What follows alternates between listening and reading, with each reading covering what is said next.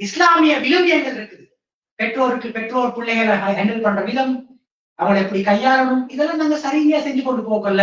ஒரு நாளும் எங்களோட வார்த்தையை மீறி உள்ள முன்னுக்கு போக மாட்டாங்க. இதுல இன்னொரு விஷயம் இருக்குது. ரைட், ஒரு சகோதரர் பேசிக் கொண்டிருக்கிற நேரம் சொன்னார், உமாவும் பாப்பாவும் சில நேரம் இடைவேறு கருத்துக்களில் இருத்தல் வச்சுக்கோங்க.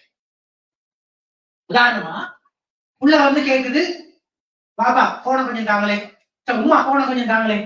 உமா என்ன சொல்றாண்டா, போன் தரையலாம்.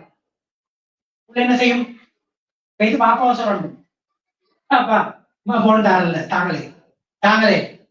பாப்பா என்ன செய்வார், கரைச்சல் தாங்கலாம், சரி விளையாட்டு கொடுப்பார்.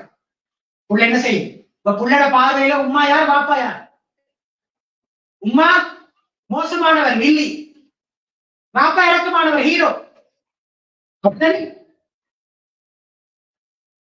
நடக்கிறா இல்லையா?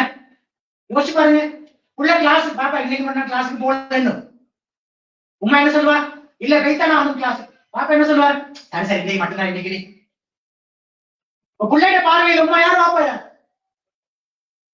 பிள்ளை யாரோட நெருங்க தொடங்கும், யாரிலிருந்து விலக தொடங்கும். உமா பாப்பாவும் ஒரே முடிவுல இருக்கணும். நல்லா ஞாபகம் வச்சுக்கொள்ளுங்க.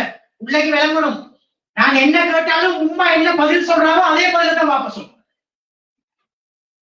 என் உமா பாப்பாவும் ஒரே முடிவுல கண்டிருப்பாங்க. இது இன்னொரு பிரச்சனை இருக்குது. உமா பாப்பா விடுகிற, உமா பாப்பா ஒரு முடிவு இருக்கிறாங்க, வீட்டுல இருக்கிற உமா பாப்பா தான் பிரச்சனை. வீட்டுல இருக்கிற உமா பாப்பா பெரிய பிரச்சனை. சீரியஸ். ஒரு போய கூட்டிக்கொண்டு வந்தாங்க. பொடியன் வந்து 6ஆம் ஆண்டு படிக்கிறான். உமா வந்து சொல்றா, சார் இவன் என்ன கல்லர் அடிக்கிறா சார். யாரு? 6ஆம் ஆண்டு பொடியன் உமாவுக்கு கல்ல வீசி விட்டு அடிக்கிறான். கோபம் வந்து கல்ல வீசி அடிப்பான். நான் உறவு கூப்பிட்டு கேட்டு நடந்தேன்னு சொல்லிட்டு உறவு பார்த்தா இந்த பொடியின் வாப்பா பொறியில் இருக்கிறார். யார் ஒடிக்கிற வீட்டுல?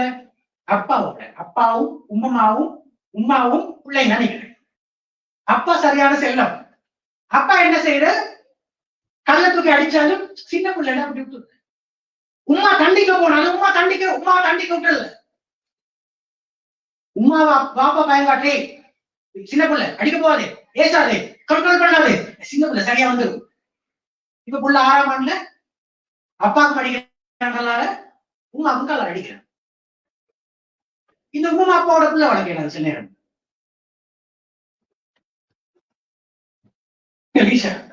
அளவுக்கு அதிகமாக செல்லம் கொடுத்து பெட் பண்ணி வளர்க்கப்படுற பிள்ளைகள், அந்த பிள்ளைகள் ஃபியூச்சர் பெரிய பிரச்சனைக்குரியதாக மாறும். அந்த பிள்ளைகள் தான் சமூக எதிர் மனப்பான்மையுடையவர்களாக மாறுவார்கள்.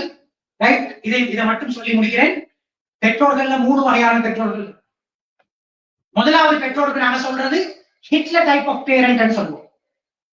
யாருண்டா அவரோட பேசலாம், ஹிட்லர் மாதிரி எல்லாத்துக்கும் அடி ஏச்சு, அவரோட பேசலாம், கருத்து கேட்க மாட்டார், ஒப்பீனியன் கேட்க மாட்டார், பிள்ளைகிட்ட என்ன விருப்பம் மண்டே கேட்க மாட்டார், கையை கட்டு வாயை கொத்து அடிப்பே மண்டை கேடுவார்.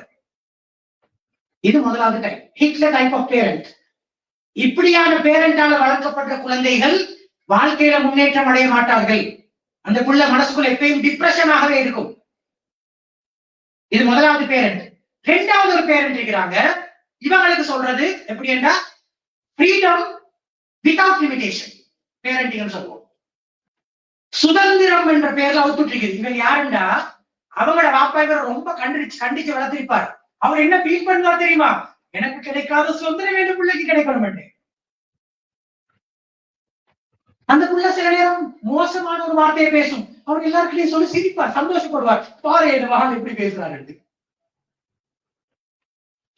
இந்த மாதிரி பிள்ளைகள், இந்த மாதிரி பெற்றோரால வளர்க்கப்பட்ட குழந்தைகள் நாளைக்கு சமூகத்தினுடைய பெரிய தாக்கக்கேடாக இருப்பார்கள்.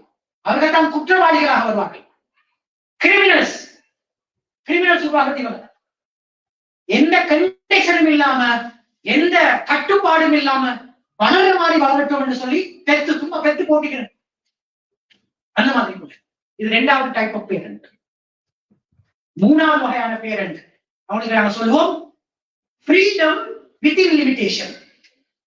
அவர்களுக்கான சுதந்திரமும் கொடுக்கப்படும், அவர்களுக்கான கட்டுப்பாடுகளும் கொடுக்கப்படும். மகன் விளையாட போறீங்களா, போயிட்டு வாங்க, மாஷா அல்லாஹ், 6 மணிக்கு வீட்டுக்கு வரணும், பள்ளிக்கு போகணும், சொல்லணும், வந்து டைமுக்கு ஸ்டடி பண்ணணும். பிரச்சனை இல்ல. ஃப்ரெண்ட வீட்டுக்கு போறீங்களா, எங்க போறோம்னு சொல்லிட்டு போங்க, எத்தனை மணிக்கு வாரேன்னு சொல்லிட்டு போங்க. சுதந்திரம் கொடுக்கப்படும். போன் யூஸ் பண்ணணுமா, பரவாயில்ல, 25 நிமிஷம் யூஸ் பண்ணணும். ஆனா என்ன நிபந்தனை, ஒவ்வொரு நாளும் டைமுக்கு சொல்லணும், டைமுக்கு ஓதணும், டைமுக்கு ஹோம்ஒர்க் குடிக்கணும், செல்ஃப் ஸ்டடி பண்ணணும். அப்படி செஞ்சா 25 நிமிஷம் போனதாரு பாருங்க. Freedom within limitation. ஒரு 18 வயசுக்குள்ள போன வாங்கி கொடுக்குறீங்க, புள்ள யூனிவர்சிட்டிக்கு வச்சுக்கோங்களேன், பிரச்சனை இல்லை. ஆனா வீட்டுல ரூல்ஸ் இருக்கும். என்ன ரூல்ஸ்? 9 மணிக்கு பிறகு போன் யூஸ் பண்ணக்கூடாது. பாஸ்வேர்ட் போட இயலாது. ராவையில போய் குச்சி குச்சி பேச இயலாது. 9 மணி பிறகு போன கையில தந்துட்டு போய் படுக்கணும். அப்ப போன யூஸ் பண்ணிடும். Freedom within limitation.